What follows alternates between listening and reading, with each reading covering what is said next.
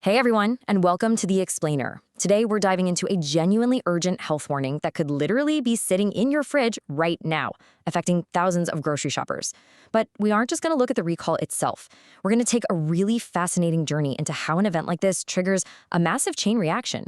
We'll explore the official government mechanics of food safety, and then we're going to pull back the curtain to look at how this exact type of breaking news is processed, structured, and delivered to you in our modern AI-driven digital age. It's a pretty wild ride from the supermarket aisle straight to the virtual news desk. Okay, let's dive into this. Here's our roadmap for today. 1. The supermarket pasta recall. 2. How food recalls work. 3. Finding the root cause. 4. AI and breaking news. 5. Spotting fake news generators. And 6. Trusting reliable live updates. Section 1. The supermarket pasta recall. Right now, major UK supermarkets, Asda and Morrisons, are pulling specific green core pasta products from their shelves and asking you to check your homes. The culprit here? A potential contamination of a bacterium called Listeria monocytogenes.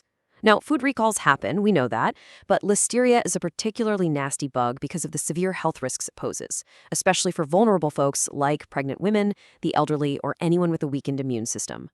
To understand just how high the stakes are, take a look at this quote directly from the UK's Food Standards Agency, or the FSA.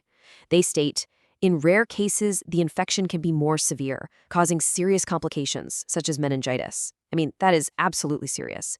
Even in milder cases, a Listeria infection brings on high temperatures, severe aches and pains, chills and sickness, or diarrhea. This isn't just a slightly off-tasting salad. This is a highly monitored, dangerous bacterium, which is exactly why the response has to be immediate and decisive. And this brilliantly illustrates exactly what you need to look out for. We're talking about 3 specific items here. The 300-gram Asda cheese and tomato pasta salad, the 500-gram Asda Nacho cheese pasta salad, and the 300-gram Morrisons chicken and bacon pasta. If you've got these specific product codes and use-by dates in your fridge right now, literally do not eat them. The official advice is to bring them straight back to your nearest store for a full refund. Oh, and a super important detail here, you don't even need proof of purchase or a receipt to get your money back. Just take it in. The absolute #1 priority is simply getting these potentially contaminated products out of circulation. Section 2. How food recalls work. So, what actually happens behind the scenes when a threat like Listeria pops up? Well, the government has these incredibly strict, highly choreographed procedures for handling a food safety crisis to keep us safe.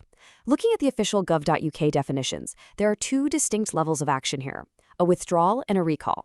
A withdrawal is basically an internal supply chain fix. It means they caught the problem early enough to yank the unsafe food off the shelves before it ever reached your shopping basket. A recall, on the other hand, is much more severe. That happens when the unsafe food is already out in the wild, sitting in people's kitchens. It requires supermarkets to put up point-of-sale notices and actively beg consumers to bring the product back. And this pasta situation we're dealing with right now? Yeah, it's a full-blown recall, meaning it breached that final consumer barrier. Section 3. Finding the root cause. Now, authorities don't just put out the immediate fire and move on. After initiating a recall, the UK government tells food businesses to undertake a formal root cause analysis. The goal is super simple but absolutely vital. Figure out exactly what broke down so you can stop future potentially fatal incidents from happening again. They recommend a few frameworks, but a really fascinating one is the 5 whys technique. Check this out. You start by defining the incident in step 1, but step 3 is where the magic really happens. You literally just ask why 5 times to drill down past the symptoms to the actual systemic flaw. The gov.uk site gives a great example. Say a baker accidentally adds almonds instead of coconut to a cake.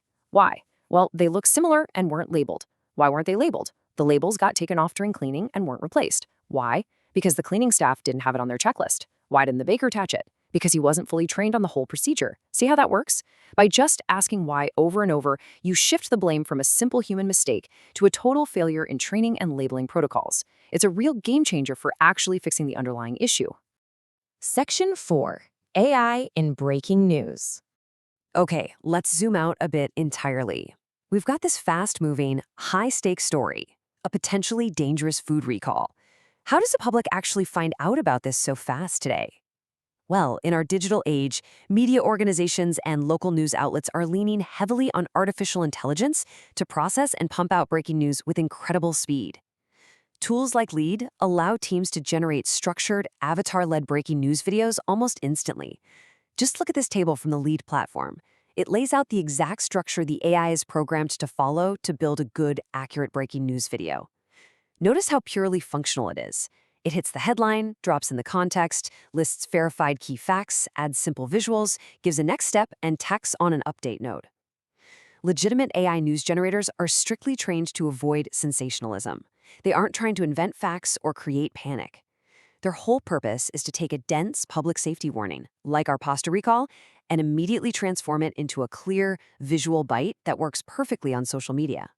Which, leads us to a pretty profound question.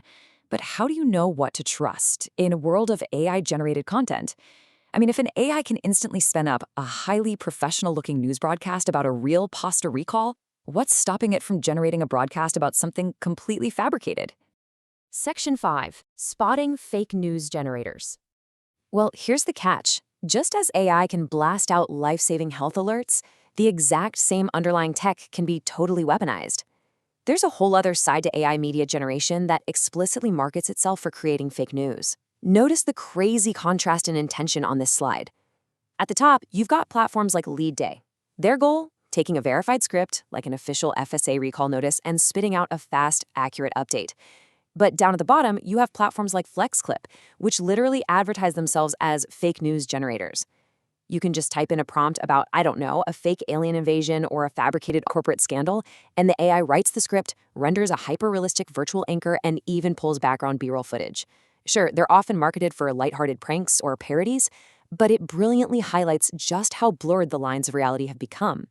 When you're mindlessly scrolling on your phone, a verified health alert and an AI-generated prank can look virtually identical.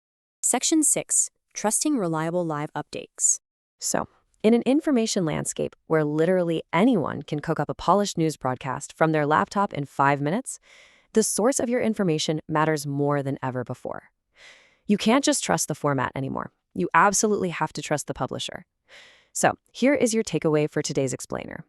First, on a highly practical level, please go check your fridge for those recalled Asda and Morrisons pasta products. Seriously, do not risk a Listeria infection. Second, when you need the actual facts on a developing story like this, bypass the noise of the social media algorithms and potential AI fakes. I highly recommend checking out a specific article and video created for this exact event at londoner.news/Asda Morrisons product recall. Definitely bookmark that site. Always visit londoner.news for live, verified updates you can actually trust. Because in a world where seeing is no longer believing, who are you trusting to verify your reality? Think about that one. Stay safe out there, and thanks for joining me on this explainer.